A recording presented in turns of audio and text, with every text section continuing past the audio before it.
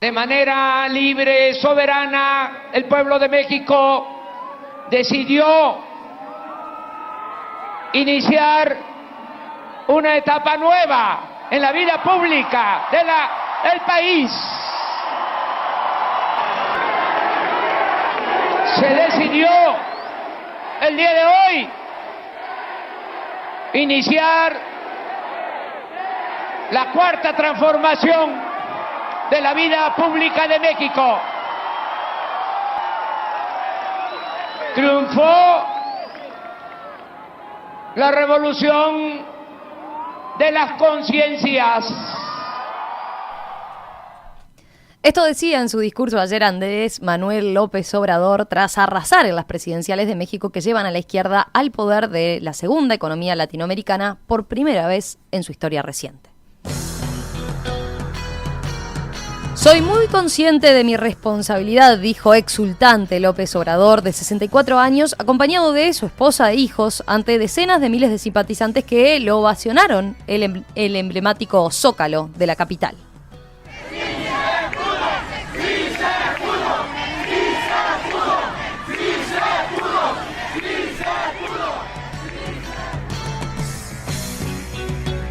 En su tercer intento consecutivo de alcanzar la silla presidencial, AMLO, como se lo conoce entre los mexicanos, se presentó como el candidato antisistema y obtuvo más del 53% de los votos, según estimaciones oficiales en base a una muestra cuya tendencia es irreversible. Estuvo más de 30 puntos por delante de su rival, Ricardo Anaya, impulsado por una coalición de derecha e izquierda entre el PAN, el PRD y el Movimiento Ciudadano. José Antonio Meade, del oficialista PRI, del Partido Revolucionario Institucional, aparece muy por detrás en un tercer lugar recién. Bueno, y lo señalaba Emiliano, ¿no? Recién, hace minutos, este triunfo de López Obrador modifica definitivamente el mapa político mexicano, porque el PRI, el Partido Revolucionario Institucional, ha gobernado el país azteca en 77 de los últimos 89 años, con solo 2 gobiernos del PAN intercalados. Así que vamos a profundizar en este tema y en qué significa la victoria de López Obrador. Para eso estamos en comunicación con Carlos Moreira, sociólogo y politólogo uruguayo radicado en Tijuana desde hace 9 años. Carlos es profesor en la Universidad Autónoma de Baja California, es documentalista y seguramente ustedes lo recuerden porque estuvimos en alguna oportunidad conversando con él en el espacio de Oyentes por el Mundo. Carlos, ¿qué tal? Un gusto volver a saludarte. Buenos días, Romina y compañeros de En Perspectiva. Bueno, te agradecemos porque además estás en plenas vacaciones, ¿no? Allí mismo en México, pero de vacaciones, así que te hiciste unos minutos para conversar esta mañana con nosotros. Sí, claro, sí, con mucho gusto. Hoy justamente empiezan las vacaciones de verano en todo México y en todo el sistema educativo, así que es el mes de las vacaciones. Uh-huh. Carlos, primero quizás vale la pena empezar con un aspecto más bien general. ¿Por qué eran tan importantes estas elecciones para México? Bueno, hay 3 razones básicas de esto. Una es por el momento crítico que está viviendo México, es quizás el más crítico de su historia reciente, con gran cantidad de problemas que resolver. En segundo lugar, fueron las elecciones más grandes de la historia de México por la cantidad de cargos que se le hicieron. Recordemos, fue presidente, 8 gobernadores, pero también toda la Cámara de Diputados, que son 500 diputados, y toda la Cámara de Senadores completa, que son 128 senadores. Y en tercer lugar, y esto es quizás el más importante de los asuntos, es que la transición mexicana, así como las transiciones, por ejemplo, en el Río de la Plata, Argentina y Uruguay estuvieron muy centradas en las relaciones entre civiles y militares y las cosas que quedaban pendientes, la transición mexicana es una transición que podríamos decir votada, es decir, el eje de la transición mexicana son las elecciones, porque hubo toda una larga historia de fraudes en el sistema electoral, con un sistema hegemónico donde siempre ganaba el mismo, y porque además las últimas 2 elecciones, las del 2006 especialmente, pero también las del 2012, fueron elecciones muy cuestionadas por los que perdieron. Entonces, las elecciones se convierten en el corazón de la transición mexicana y de las posibilidades de consolidación de la democracia. Ahora, en las elecciones de ayer no hubo mayores discrepancias entonces, ¿no? Los candidatos, además, los diferentes candidatos aceptaron rápidamente los resultados. Fue algo que dejó absolutamente asombrado a todo el mundo y que durante horas y horas todavía el asombro seguía, porque a los 5 minutos de cerrarse las casillas electorales, ya José Antonio Meade había reconocido el triunfo de López Obrador, y a los 40 minutos Ricardo Anaya, el candidato que terminó segundo, también reconoció el triunfo de López Obrador. Es decir, fue histórico, es una actitud histórica de los líderes en México reconocer el triunfo del ganador, y eso creo que se dio por dos razones. Una, por la amplia diferencia, sin ninguna duda. Uh-huh. Como tú decías hace un ratito, hay más de 30 puntos o 30 puntos de diferencia entre el primero y el segundo. Pero el segundo punto, que es el que yo destaco siempre, es que México ha logrado construir, justamente porque las elecciones son tan importantes para la democracia mexicana, un andamiaje institucional, una estructura institucional de vigilancia de las elecciones y de todo el proceso electoral muy interesante. Creo que es el país que más ha avanzado en América Latina respecto a eso, por justamente la importancia que tiene el tema electoral. Aquí hay 3 instancias, una que regula las instituciones, las organiza y las regula, que es el Instituto Nacional Electoral. Hay un tribunal electoral, que es donde se resuelven las controversias, y hay una fiscalía que investiga los delitos electorales. Entonces es un andamiaje muy interesante que creo que es el soporte de que ayer había confianza en la limpieza de las elecciones. Uh-huh. Carlos, te pregunto, tú mencionabas recién, bueno, dentro de las razones de por qué era tan importante, por qué eran tan importantes estas elecciones en México, el hecho del momento que vive México, ¿no? Y quizás acá nosotros seguimos más o menos la realidad de este país, pero hay un dato que últimamente veníamos resaltando en lo que eran nuestras noticias, que tiene que ver con la violencia dentro de la propia campaña, ¿no? Me estoy refiriendo a la violencia asociada al narcotráfico, metida en el medio de las elecciones. Estamos hablando de que se terminó la campaña electoral más sangrienta de la historia reciente de México, con al menos 145 políticos asesinados desde septiembre pasado. 48 de ellos eran precandidatos y candidatos. Además, incluso en la jornada de ayer se dieron asesinatos.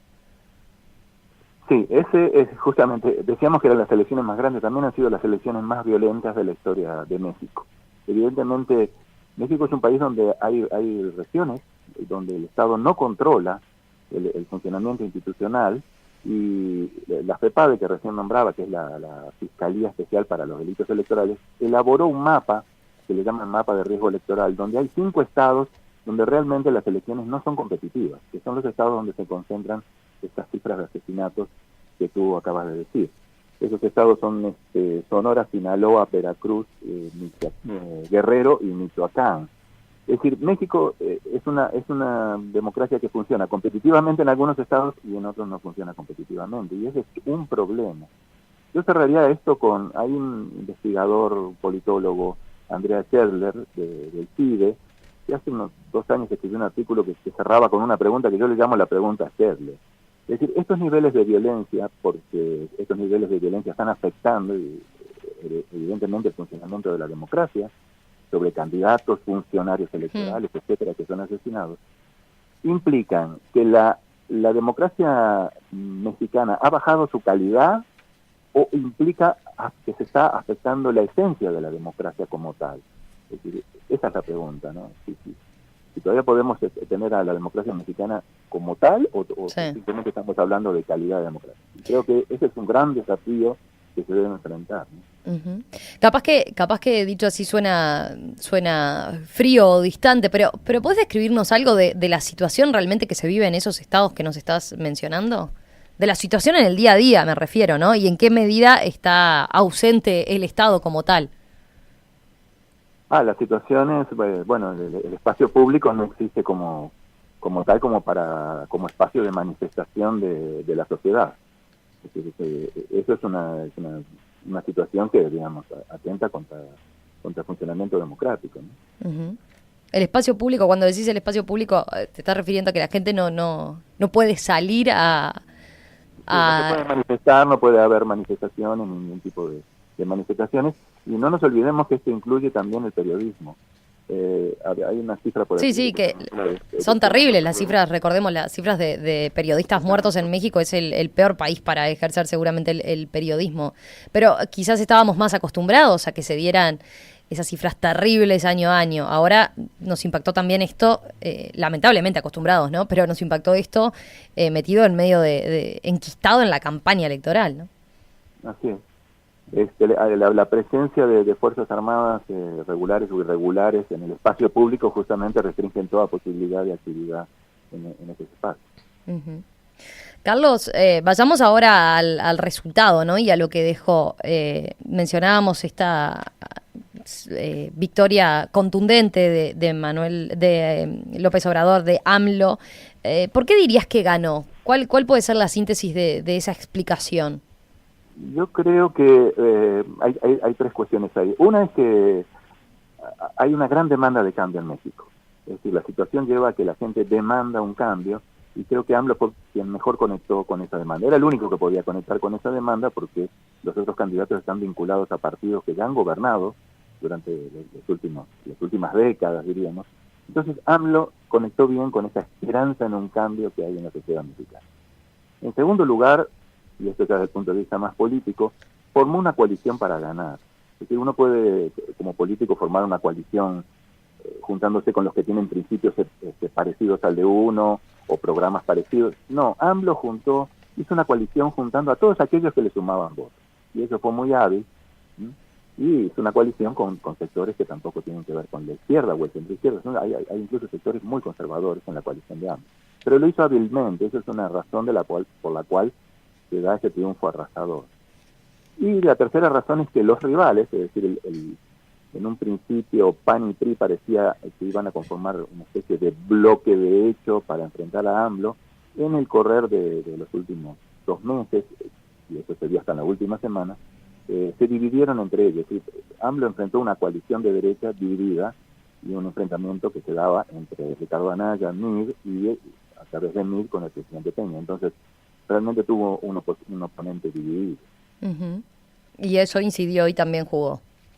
Sí, eso jugó mucho porque, con decirte que en el primer debate, que fue en el mes de abril, hasta ahí parecía que PAN y PRI tenían como una estrategia de hecho para enfrentar a AMLO, pero eso en los últimos 2 meses se fue diluyendo y entonces no tuvo problemas en ganar, realmente fue un triunfo muy cómodo. Uh-huh. De todas formas, veía como que el principal factor es quizás lo que mencionabas en primer lugar, ¿no? La capacidad de conectar con ese electorado que ya está cansado, harto. Veía algunas crónicas, él se presentaba como el candidato, quizás como se lo considera ahora, antisistema, ¿no? Pero estamos hablando de que por ese lado ahí tuvo la principal diferencia, quizás. Sí, yo, bueno, como vivo en el norte, que es la región del país que ha sido más reacia o que le ha costado más a AMLO ganar, pero sin embargo en el último año, ya nomás de estar en la calle, uno veía que la esperanza de la gente era AMLO, del taxista, del vendedor, etcétera. Entonces uno ya podía intuir que este fenómeno se estaba formando. Uh-huh. Sí, Andrés Manuel López Obrador, recordemos, se había presentado en otras oportunidades, ¿no? Y sin embargo no había resultado ganador. ¿Qué cambió ahora y qué cabe esperar? Porque está la duda pautada entre, bueno, qué tipo de gobierno puede llegar a hacer, ¿no? ¿Qué grado de radicalización puede tener su gobierno de izquierda? O si quizás ahora al estar y al tomar el poder, bueno, asuma un discurso más moderado, donde despeje algunas de esas dudas que estaban planteadas, ¿no? Sí, Andrés Manuel es un político de larguísima trayectoria. Recordemos que empezó en el PRI, después en el PRD estuvo también, y finalmente del 2014 se formó Morena, que es el partido en el cual ahora milita. Yo creo que de lo que sabemos, de lo que podemos esperar, sabemos las preocupaciones de AMLO, cuáles son. Tiene preocupaciones por la justicia social, tiene preocupaciones por el tema de la honestidad, el tema de la ética, especialmente en la función pública. Lo que no sabemos exactamente son las políticas concretas. Uh-huh. Qué es lo que va a hacer para enfrentar esas preocupaciones. Y ahí es donde yo creo que estos meses de transición, estos meses que van a ir hasta diciembre, que él va a asumir el cargo, van a ser decisivos para que nos podamos enterar de cuáles van a ser las políticas concretas. Uh-huh. Yo, a nivel interno, estoy seguro que va a enfrentar, porque ha sido su bandera, el tema de la corrupción, dando un ejemplo de austeridad y honestidad desde el máximo cargo del país. Y no es menor esto, porque eso tiene una influencia, me parece a mí, en la conformación de la cultura política. Por ejemplo, ya ha anunciado, y lo reafirmó hoy a la mañana, que va a vender el avión presidencial, que se va a mover en aviones de línea. Es decir, estos gestos creo que pueden generar un cambio en la cultura política que puede ser muy importante. Uh-huh. Sí, ha anunciado también recortes de sueldos, ¿no? Estatales, sobre todo el de él, por ejemplo, que va a ganar la mitad. Exactamente, recortes de sueldos estatales, el recorte de las pensiones a los expresidentes. Es decir, hay varias medidas en ese terreno que creo que las va a implementar y que van a tener un impacto, y que la gente las está esperando. Respecto a la seguridad, que es un tema clave, Uh-huh. hay incertidumbre sobre lo que va a hacer. Había anunciado una amnistía que, sin embargo, ante la ola de perplejidad, digamos, que despertó la iniciativa de decretar una amnistía para los que estén vinculados a delitos del narcotráfico, ahora lo que dice es que, y eso lo reafirmó también hoy a la mañana, que va a convocar a los sectores que tienen algo para decir sobre el tema y que se va a atener a eso, sectores vinculados a los derechos humanos, etcétera. Es decir, hay incertidumbre sobre lo que va a pasar. Y el último punto, respecto al tema institucional, es que yo creo que una de las consecuencias de estas elecciones es que el sistema de partidos en México prácticamente se ha pulverizado. Es decir, y eso por dos razones: desde el punto de vista organizativo, pero también desde el punto de vista de la legitimidad que tienen los partidos ante la ciudadanía, que es muy baja. Entonces, estamos en un momento donde Morena, que es un partido nuevo, apenas tiene 4 años, como todo partido nuevo, el rol del líder es muy importante. Entonces creo que todo va a pasar, o la mayor parte de las cosas van a pasar por las manos de López Obrador. Es decir, el líder es la figura central de un partido nuevo, y los otros partidos prácticamente están derruidos. El PAN y el PRI han quedado muy mal en estas elecciones. Entonces creo que se viene una política muy centrada en lo que pueda hacer o no hacer López Obrador. Uh-huh. Él ya tuvo un cargo ejecutivo y fue más bien pragmático, ¿no? Sí, es muy buena esa. Sí, él tuvo un cargo en la Ciudad de México, fue jefe de gobierno de la Ciudad de México. Y eso también habría que tomarlo en cuenta respecto a qué esperar de López Obrador. Claro. Él tiene un discurso nacional revolucionario, es decir, el discurso que rescata los años 30, el cardenismo, etcétera, pero tiene un accionar muy pragmático. López Obrador no es nadie fundamentalista desde el punto de vista de los principios. Es alguien muy pragmático, lo ha demostrado muchas veces, y cuando ahora recién hablaba de la coalición electoral. Entonces, si bien, y esto es, por ejemplo, para el caso de América Latina, en términos simbólicos, eso es muy importante para la izquierda que haya ganado López Obrador. Creo que así ha sido visto por parte de la izquierda latinoamericana. Sin embargo, respecto a lo que haga concretamente, creo que esto puede llevar a algunas excepciones, porque es alguien muy pragmático, y entonces se va a mover en este nivel del continuum ideológico que es el pragmatismo. Carlos, me quedé con uno de los apuntes de lo que tú decías, con respecto a lo de la seguridad. Si bien hay incertidumbre, hay dudas, y cómo atacar el gran problema que enfrenta hoy México con el narcotráfico. Te pregunto más bien tu opinión. ¿Tú crees que puede cambiar algo realmente a partir de lo que puede ser un nuevo gobierno?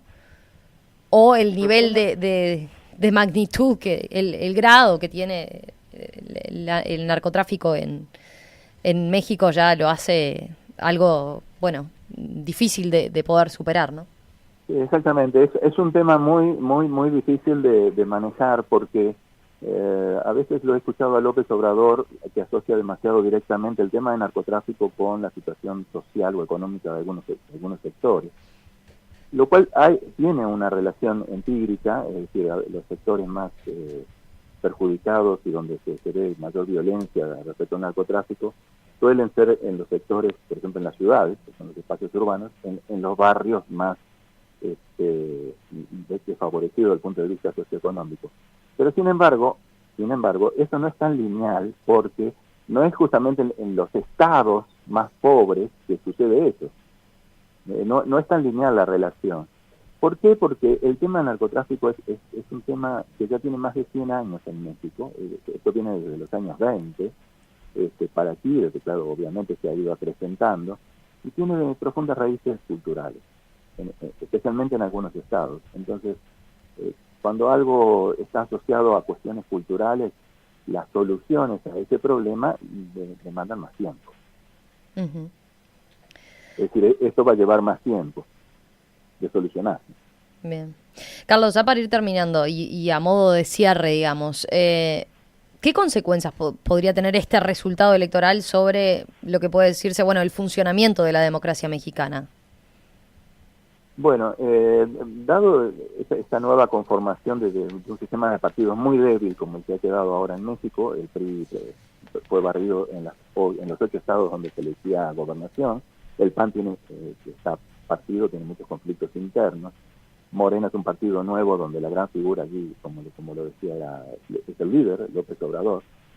Yo creo, y es donde pongo el foco, donde me gusta poner el zoom, que es qué va a pasar con las instituciones. Es decir, qué va a pasar con siento preocupación por el funcionamiento institucional de México en esta nueva conformación política con partidos tan débiles y con un líder tan omnipresente como es López Obrador dentro de su partido respecto al resto del sistema político. Uh-huh. Entonces, abro ahí un compás de preocupación y de observar cómo va a ser el funcionamiento, cuál va a ser la relación entre el presidente, López Obrador, y las instituciones, para empezar con el Congreso. Entonces, en el Congreso quizás cabe hacer una puntualización que es que no lo hicimos todavía, que es que tiene la mayoría casi seguro en ambas cámaras, ¿no? Sí, acaban de confirmar de que tiene la mayoría, es decir, que va a ser un gobierno, se llama un gobierno unificado, es decir, va a tener mayoría en las dos cámaras. No va a haber control aquí desde el Congreso hacia el presidente, como suele ocurrir en situación de gobierno dividido. Y bueno, esa es un poco la interrogante que surge. ¿Qué va a pasar con el funcionamiento institucional? Que ya es muy débil en México, que hay muchos problemas de funcionamiento institucional. Se ha logrado, como yo decía recién, fortalecer el aspecto sobre las elecciones, pero hay otros aspectos que están muy débiles, entonces esa es la interrogante. Uh-huh. Carlos Moreira, sociólogo y politólogo uruguayo radicado en Tijuana hace 9 años, profesor de la Universidad Autónoma de Baja California, documentalista. Gracias, gracias Carlos nuevamente por este contacto, te mandamos un abrazo y bueno, y ahora supongo que la atención igual ya deja de ser la política para los mexicanos, ¿no? Sí, creo que ya escucho de que están allí ya todos pendientes de la televisión y el fútbol. Unos 7 minutitos nos separan nada más, ¿no? Estamos ahí a punto de que comience el partido entonces entre México y Brasil. Carlos, te mandamos un abrazo y gracias de vuelta, ¿eh? Muchas gracias por el contacto y un abrazo para todos. ¿Tenés un aporte? Envía un WhatsApp al 091-525252. Escribinos a enperspectiva@radiomundo.uy o mandanos un mensaje de texto al 55511.